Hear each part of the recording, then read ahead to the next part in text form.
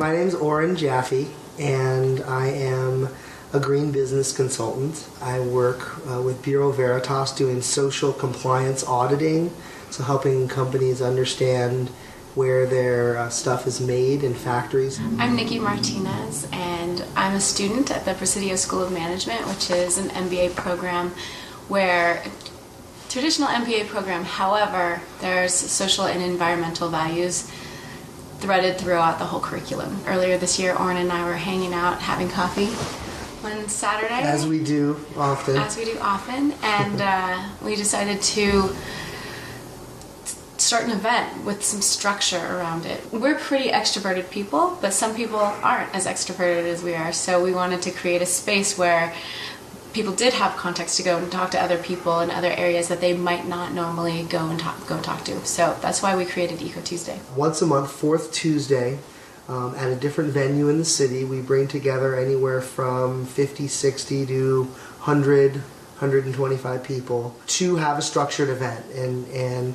it's sustainable business, environmental, nonprofit visionaries coming together to really interact in a more meaningful way. Just a few months ago, barely anyone was there, and now all of a sudden there are people out the door.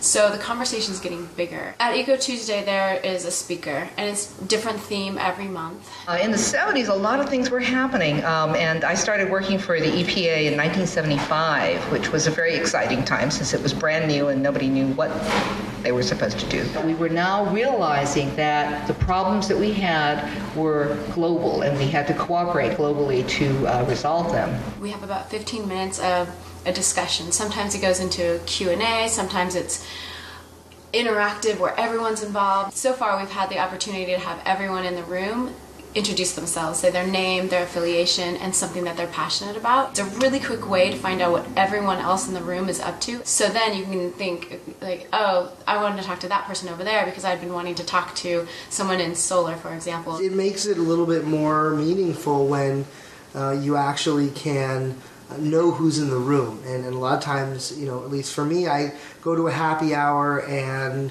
I talk to someone, and again, they're great people, but then you might get stuck in a conversation. Not that I don't want to talk to those people, but I want something that's going to help my career or be more meaningful. And so that's what we've really tried to create, is meaningful interaction where you can really go, and when you leave EcoTuesday, you've gotten something, you've gotten contacts, you've met people that you're going to follow up with, and things are happening from EcoTuesday that we don't even know about. I did talk with someone a few weeks ago, and she was really excited about EcoTuesday, and she said, it was great. When I was there, I walked away with 15 contacts. Mm-hmm. It didn't necessarily mean that those were 15 closed deals, but like 15 leads for possible customers for the company that she worked with. Insurance companies, at least in the UK, are starting to not insure companies. And I think that is a critical tipping point where, you're a huge corporation, and if you don't have an environmental and a social footprint, you're a risk.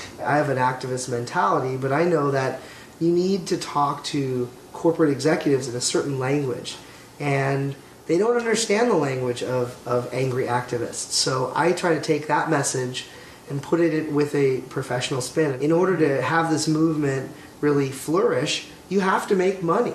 If you don't make money, you can't fund philanthropy, you can't fund community service from companies. So if EcoTuesday is a place for people to come together and start the conversations, that makes me happy. That's my vision for it. One of our big goals is to take EcoTuesday to other cities all across the United States and potentially in other countries. When you're in a city, if you want to go buy a new bed or find an apartment, everybody knows at least about Craigslist. But there is no central hub for sustainable business, environmental, and sort of nonprofit interactions in specific cities.